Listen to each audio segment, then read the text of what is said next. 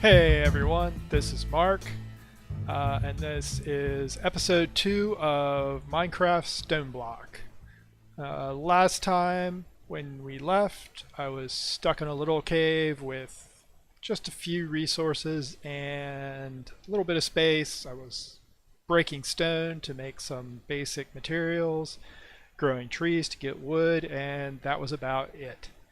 So I did a little work over the episode break. I added a couple sieves here so we can get resources a little faster. I did a little work on sifting, so we've got some small amount of resources, not a lot. As you can see, I sifted a bunch of different materials. Gravel, which produces mostly ores, some sand, no, some dust, which gives us bone meal and a limited number of ores, dirt, which gives us some seeds, and sand, which gives us a mix of ores and cactus seeds, and a couple other resources. So there's a couple things I want to do today right off the bat. As you can see, I've been digging out some tunnels, and I'm getting really tired of digging rocks for cobblestone, because that right now is the only way we get cobblestone. So today's first project, I am going to make some clay and use the clay plus the bone meal we have here to make a crucible. And what the crucible gives us is lava generation. So this is dust, which you get from grinding, from hammering cobblestone to dirt to sand to dust. And to make clay, what you do is you get a bucket of water, and I made this infinite water source. If you recall, we were turning saplings into water in the oak crucible. So I did that a couple times and made an infinite water source, which just saves us the hassle of dealing with the oak crucible. You throw a bucket of water in the wooden barrel, we add dust, and that instantly transforms it into clay. So clay is a really useful material, aside from letting us create bricks, which we're going to use. It also lets you make this porcelain clay by combining it with bone meal, and we need 7 of these. So we're going to take these 7, and that forms an unfired crucible. And then the unfired crucible, we're going to toss in our oh no, that's not what, oh, that's okay, wrong item. But we need some bricks anyhow for another project I have today, so we will go ahead and make those, and we're going to make this regular crucible. So what does a crucible do? Well, the crucible is a quest, but it also makes lava. So what we do is we stick a heat source under the crucible, and a torch is one of the worst heat sources possible. And we throw down the crucible, and we throw some stone in there, and I'm going to need more stone, and it slowly melts into lava. So that is going to get us a bucket of lava eventually, which we can then use to make a cobblestone generator. And while we're waiting for that, I have a couple other things I want to do. You'll notice we're still using our string meshes here, and the string meshes give us some stuff, but it doesn't give us a lot of stuff. So what I'm going to do is I am going to get rid of the string meshes, and I'm going to go over here, and one of the things we got from sifting all that gravel, we got a bunch of flint. So I'm going to throw some flint and some string into the crafting station, and I'm going to even those out, and I'm going to make 4 flint meshes. And one of the things I did in the interim, you'll notice the stone crafting table's gone, and I made a couple of Tinker's crafting stations. They're just a little, they're easier to work with, give us access to the chest next to them, which is handy. So I'm going to throw these in here, and once you have flint meshes in here, sifting, you can always do multiples if they're connected sieves, but it gives us better results out of our sifting. So this is still a slow process, and I'm really going to try and avoid doing it on camera. But you can see just out of that short, sort of half a stack, we got a fair number of resources, which is good because we need a lot of resources. I'm going to throw that in there. I'm just going to stick those in there because I don't really need to be carrying around. And as you can see, this lava conversion is really slow. I probably need to throw a couple more stone in there, so let me go dig out a little bit more here real quick. I don't remember exactly how many stone you need to make one bucket of lava.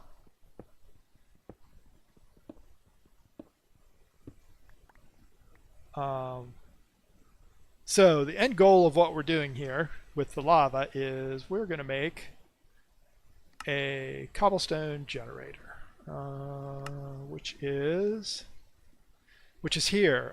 As you can see, we have a few quests to turn in. The oak crucible I picked up and moved, so I got credit for that, so I'll claim that. We just made the crucible, so I'm going to claim that. I made a bucket of water because I was making that infinite water source, so we can claim that. We just made the flint mesh, so that's another quest. And I actually made a bunch of clay before starting this episode, so we have this reward as well. All this leads to the cobblestone generator. From Tiny Progressions, this is a handy little machine that requires no power, and if we look at the material costs, it's really easy. It takes a couple buckets, a piece of glass, and some stone. So you do need to have the same kind of buckets. So I've actually made 2 buckets. One's going to be lava, one's going to be water, and that'll give us our machine. I also need to make, I'm going to go ahead and make 5 pieces of glass just to have a few sitting around. How are we doing here? I'm going to throw 2 more in there, and that should get us, yeah, that'll get us all the way there, I think. So there's our glass. Bricks. So the other thing I'm going to do today is I'm tired of cutting down trees, so I'm going to automate tree production, and I believe I have what I need to make a bonsai pot. And there are 2 kinds of bonsai pots. The regular ones are just, they let you grow a tree in a small space. The hopping bonsai pot is a lot more interesting. We need to make a hopper, which we can do because I did smelt some iron. And then we just put these 2 together and we have a hopping bonsai pot. So what we do is we take a chest, and I'll just stick this in the corner for now. We put the hopping bonsai pot on top. We need a piece of dirt, tree to grow in. We stick a piece of dirt in there, and then we plant a sapling. And as you can see, the sapling starts to grow. You get a nice little animation of a tree. And once the sapling reaches full size, it will be auto-harvested and its products will get dumped into the inventory below. So in this case, it's an oak tree, so it's going to produce some leaves, some saplings, some wood, apples, and sticks, I believe. And it doesn't produce all the items all the time, but you don't have to do anything to get resources, which is always a win to me. And there is our tree, which is hopefully like the last tree we'll ever have to cut down. And that's perfect timing because my axe broke. So, come to think of it, we may actually get some pears and peaches off of this hopping bonsai. I'm not sure if it's actually going to produce those or not, but they're a random drop when you cut down oak trees, at least. Not sure if they come from all trees or not. So what else do we have to do? Are we having lava? We still see this is the problem with the lava. It's incredibly slow with just a torch. Let me see. Not sure if yellorium. Where is the yellorium dust? Yellorium dust is something you can get from sifting sand, but it requires an iron mesh or a diamond mesh, which we're not quite at yet. Well, while we're waiting, let's go ahead and open our loot chest, see what we got. We got a growth crystal, which is going to help with our farm when we set that up. We got some more fluix and Certus quartz, which is great for applied energistics. We got the rod of the shifting crust, which is pretty awesome, but I don't actually remember what it does. So I'll look into that between episodes. It's probably not something we're going to use immediately. And we got some viaducts from thermal dynamics, which are player transport. So I'm going to stick most of this stuff into this upper chest, which is sort of things I'm not going to use immediately. I don't care about the other saplings at the moment. And most of the rest of this stuff requires more tech than we have right now. And we'll open this last chest and we'll get some Industrial Craft 2 upgrades, which I probably won't use because I'm not a big fan of that particular mod. Maybe, we'll see. Okay, so there is 1,000 millibuckets of lava, so we can make a lava bucket. We can pull a bucket of water out of our infinite water source, and now we can make the cobblestone generator, which is really quite simple. I think that's it. Yep. So there's our cobblestone generator, which gives us another quest, which we can immediately check out. And apparently we're supposed to be doing solar power because we're getting solar flux reborn components. That's a lot of components for that, so maybe we'll do that in the future. Solar power is nice. And anyhow, so the cobblestone generator is a block that requires no power, and I'm just going to stick it here, and I think, yeah, we can right click and slowly pull cobblestone out. But the easier way to use this is, oops, we need get my buckets back, but we need some more chests because you always use chests.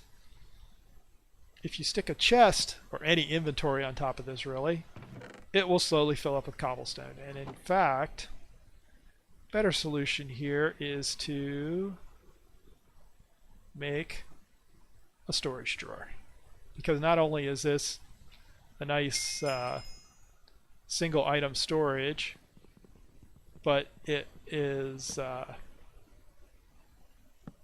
quest. So, and as you can see, that's slowly filling with cobblestone.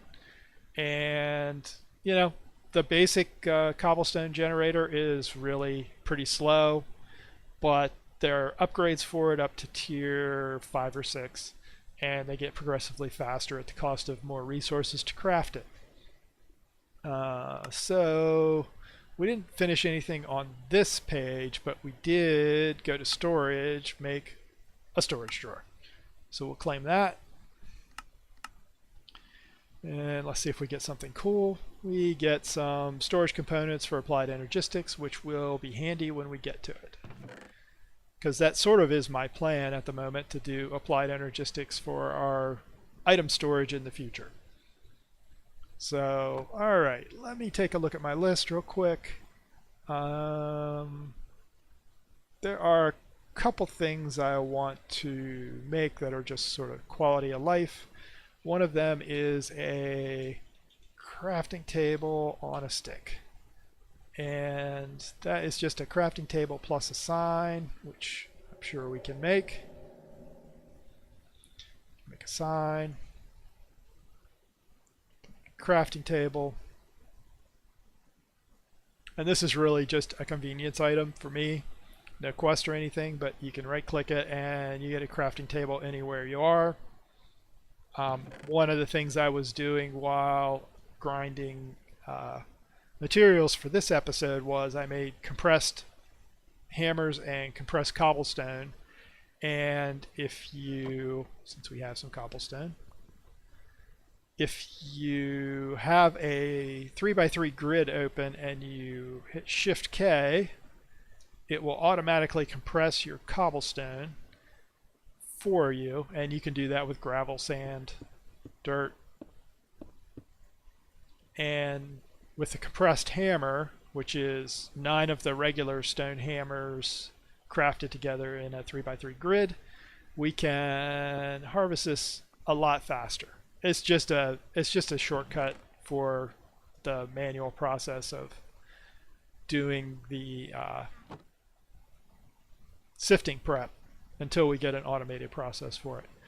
So that brings us to let's see, what do we want to do? We've got the cobblestone generator. I really want to make tinker stations because I've been using sort of basic Minecraft tools, and we should have enough resources to do this. So Tinker's tools, there's a bunch of stations for this, and it is a quest, so we always do quests. We make a bunch of blank patterns, and then we craft these blank patterns with a bunch of blocks to make the various Tinker's stations. And I've already made a couple of these, the regular crafting benches.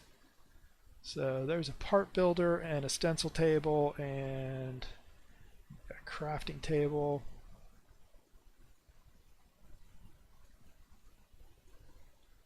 And I'm not sure, I think we need the part chest, which I never remember. Yeah, it's the part chest, which I just don't remember the recipe of because I don't find it that useful. So let's see what the part chest. Yeah, the part chest is planks, a chest, a pattern, and some sticks. So a chest, pattern, some planks, and a couple sticks gives us the part station. I'm not sure. I'm going to claim the reward, of course. And this reward also gives us the Materials in You book, which walks you through all of the bits of Tinkers if you're not familiar with it. And what's our reward? Some mana lenses for Botania, which will be useful. And let's see. I think I'm just going to break this out. And I'm going to throw down the tool station, the part builder, pattern chest, the stencil table. Yeah, I'll stick this on the end because I don't really care about it all that much. Don't like that overhang. Just clear this up a little bit. Alright, so as you can see, we get access to each station when these are all placed side by side. Since this is the stencil table, we can throw some stencils in here and fill these out, throw the stencils in the tool chest. I'm going to make a pickaxe really quickly just to show you the basics of how this works. So we make stencils for the parts you need, and you can always see the parts you need by selecting the tool over here. Pickaxe head, binding, and handle. Tool rod, I guess. So if we go to the part builder, we're going to make these parts out of, I don't really want stone, and I don't know what else I have at the moment. I think I have enough flint to do I think 2 is enough to do a pickaxe head. Yes. So we're going to make a pickaxe head out of flint. We'll make a binding out of stone. which, you know, isn't a great material, but we'll deal with it. And then we'll make the handle out of wood. So each part that you construct, if we go to the tool station, we can click this and just shift click those in, and it gives us a Tinker's tool. The advantage of Tinker tools is they are repairable and they earn XP, which gives them additional modifiers. As you can see, this particular pickaxe has 2 modifiers to start, and the book that we just got walks through all the modifiers and how they apply, and they can do things like increased damage, increased luck. Some of them mimic the enchantments you can make with the enchanting table, but they basically let you improve your tool. So I'm going to go ahead and waste this stone pickaxe doing some random mining around here. But eventually I'm just going to have Tinker's tools once I get past the initial grinding phase of resource generation. As you can see, we've got 2 stacks of cobble in here already, so that's relatively fast. The next thing I think I want to do is look at the quest book and see if there's anything, you know, let's pick the low-hanging fruit if we have any. Floral fertilizer, we're not quite there yet. Smeltery is probably a good next task. We don't really have all the resources we need for that, and I'm not going to grind them on camera. Or we could do obsidian. Obsidian's not terrible. We have stone now, so let me grab some stone. Let me just fire this through here real quick. I'm going to go ahead and make some more fuel. And what I'm going to do is make a stone barrel, which will let us do something similar to what we did with the clay. We can use it to make obsidian by combining lava with, I don't really want to do that yet though. Yeah, this is a bad idea because I don't have enough lava gen to make it worthwhile. And that reminds me that I do need to keep this full. So eventually what we'll do is we'll fill this with lava, and if you put water above it, it will turn the lava into cobblestone, or into obsidian, I'm sorry. And that will eventually get us through this quest. But what I'm facing right now is the fact that I just need some more resources. I mean, I could probably squeeze out like compacting drawers and maybe some basic power with what I have, but for now what I'm going to do is going to go AFK for a while and let this accumulate some cobble that I can turn into dust, sand, dirt, and gravel. I can sift some more resources to get some more ores, and also just get some more gravel and sand and clay actually that I can turn into grout, so I can build a smeltery, because I think the smeltery is probably our next project. I think I'm going to move this stuff because I think I will just stick my smeltery in the middle of that wall.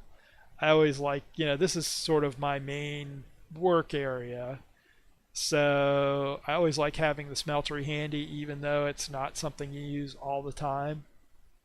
It is useful for one-off sort of tasks, so I like to have it central, or relatively central. I'm going to open this room up a bit more, give me a little more space, and that should be it. So I'm going to go away for a bit, and I will be back in a few minutes. Hey everybody, we're back. So I did a little more digging, I did some resource generation, and I rearranged a little bit to give us just a bit more space to work with. This is probably room enough for now. and I excavated this odd looking hole in the side of the wall, which is going to hold my smeltery. So the smeltery is made from seared brick for the most part, and it requires a bunch of different parts, which are all listed here. And all of these are made from seared bricks, which you get from smelting grout. Grout is really simple to make. It just takes some gravel, some sand, and some clay. So I'm going to make a bunch of that, and I'm going to stick it in the diamond furnace and let that cook up really fast. While that's cooking, I just point out two things. I did make another bucket of lava and stuck it under this crucible where we used to have the torch, so you can see the rate there is 3x and the lava is melting faster than it was. Eventually we're going to automate this and we'll increase that melting rate even more. Now that we have flint, maybe flint, we might have to upgrade to iron meshes, which, as you can see, I added some more sieves because I was spending too much time just standing here right clicking. Anyhow, eventually we can get yellorium from sand, which we can turn into a block of yellorium, which ups this melting rate from 3x to 20x, which is considerably faster. The other thing you'll notice is my flint pickaxe is looking a little worn out. So one of the things you can do with Tinker's Tools, which anyone who's watched modded Minecraft probably knows already, but if you haven't, you can repair them using usually the head material, to give you a new tool. So there's the tool, it's all fixed, and as you can see, it's earned some experience, and when we get to 500 XP, it will actually gain a level, which gives us an additional modifier. I haven't used any modifiers on this yet because it's just not worth it right now. But eventually we'll get into modifiers and how they work and which ones we're going to use.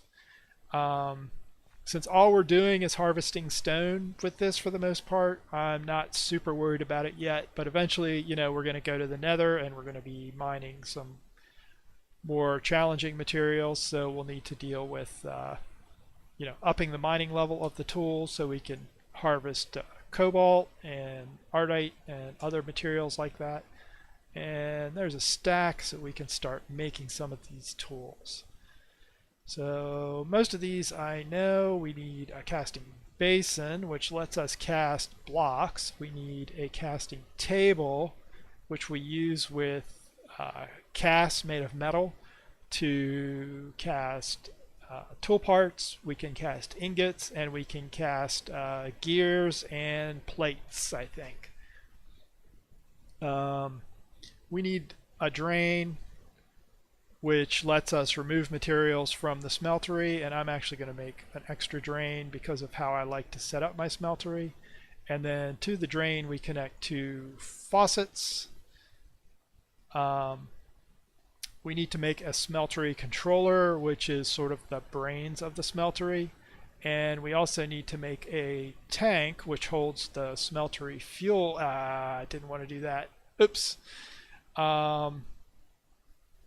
We need to make a tank, not another controller, which holds the fuel. I'm going to stick this out of the way for now because we don't need it. And then we build the rest of the smeltery out of seared bricks. So we don't quite have enough to build our smeltery yet, but I can put some of this stuff down. So the smeltery is a square block, a square multi-block, and I'm going to make a 3x3 smeltery. Yeah, we've got enough to make some more bricks.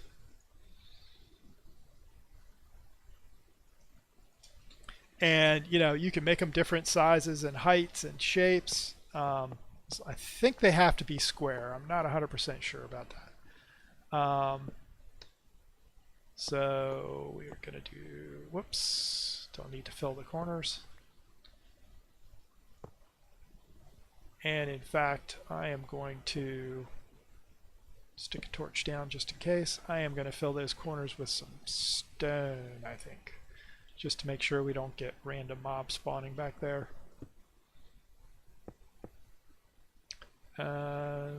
Should have some more bricks. Ew, we might have to make some more. Might have to make some more grout. Not sure we have enough bricks to do what I want. That second controller mistake was a killer. So we're going to do that, and then tank. Yeah, we're going to just have enough, I think. So I usually set up my smelteries like so. Stick a block of cobble there so I can put seared bricks. So I can put the drains to either side of the controller. And the last seared brick. I'm going to hop in here and get rid of this and get rid of this. Temporarily, I'm going to just stick a torch there to keep any spawns out. If monsters can spawn inside your smeltery, and they produce blood. So you can tell your smeltery is operational when the front lights up and you can access this interface. But as you can see, there's no fuel. So what we're going to do is we're going to go over here and grab a bucket. Oh, we have 2 buckets of lava. We are going to stick some lava in here, and that is what the smeltery runs on. So now we have a smeltery. I will stick the drains on and put our casting basin and put a casting basin below one drain, and we put a faucet below the other, and that's how we pull out the materials that we're smelting. So one of the first things you can do with the smeltery is shortcut your seared brick, and the easiest way to do this is just make some compressed cobble, and you add compressed cobble and it melts really fast. So I need 3 more ingots, which I think is just 1 more stone. I think that'll round it up to 16 blocks. I could be off on that. But then you can right click to pour out the materials in here, and in this case, once it hardens, we're making stuff out of seared brick. Well, this is seared stone, so if we craft seared stone twice, we get seared bricks. And what that lets us do is, can I get back there? Yes, just. We're going to build a taller smeltery, because the taller smeltery gives us more space. Basically, it extends this area for melting. It doesn't increase the speed. The smeltery is not particularly fast, but it can do. The key thing it can do is, if we take iron pieces and we craft these into chunks, ordinarily if you put a chunk in a furnace like so, you get 1 piece of ore. So if you throw 1 chunk in the smeltery, once that melts, it's going to give us 2 ingots worth of molten metal, which we can then use a cast in this casting table to pour out as ingots. So effectively we're getting ore doubling out of the smeltery. And it's a pseudo manual operation until we get some redstone, so we can make some redstone clocks. And it is a little prone to error, because if you mix the wrong things in the smeltery, they will create alloys. So for example, if you put tin and copper in together, you end up with bronze, and the mixing process does take a little time, so you can get all sorts of weird amounts in there. But as you can see, our iron ore melted, and that gave us 2 ingots worth of iron. So real quick, I am going to, do I have gold? I do not have enough gold to do it. Gold is the easiest material to make casts out of. I was going to make a cast, but I don't have... Let's see, what's the best way to get some gold? I suspect our problem is we just don't have flint. Yeah, see, it only has a 6% drop chance. Once we get to... Oh, no. Flint mesh is... Well, wait a minute. Let me actually find the right sieve. With dust, it's 3% from string. Flint, it's a 6%. Iron, it's 10%. So really, we should wait for iron. You can also sift it from sand, which I believe is the same. Yeah. Tell you what, I'll just stack. I'm going to sift this really fast. Let's see if we can get enough gold to do what I want to do. I just saw one fly up there, so maybe we'll get lucky. All we need is 3 pieces of gold because we have one in the chest. Yeah, I think we got it. All right. Yep, there's 3 gold, so there's 4 gold. If we do 4 gold, that gives us, that is going to give us 2, enough for 2 ingots. I'm going to make some clay. I'm going to smelt a piece of clay. We could use an ingot to do this, but clay is a little more cost effective. I'm going to stick this ingot, or this piece of this brick here, and you can click on any of the metals in here or materials in here and move them to the bottom, and that's what's going to pour out. So that's 2 ingots of gold. You cast that over a brick, and that creates an ingot cast. And the ingot cast, if we move this molten iron to the bottom now, you can see that we can pour out the molten iron. And as you can see, it does take time for that to harden and cool down. And different materials harden at a different rate, so it can really take some time to do this. This is automatable. We can put a redstone clock here, and that will pulse this faucet and pour whatever's in there out. Again, you do have to be careful because you can pour out weird combinations, and it will pour out partial casting basins if you're not careful, which can waste materials. So anyhow, I think I've probably run long for today, so I am going to call the episode here. Thanks for watching episode 2 of Stoneblock. I'm Mark. I hope you enjoyed it. If you did, please consider leaving a like or subscribing if you want to see more. Leave me a comment if you have any thoughts or suggestions on what's gone on so far and where we want to go next. I do have some plans, but you'll have to come back next time to see what they are. Take care and have fun.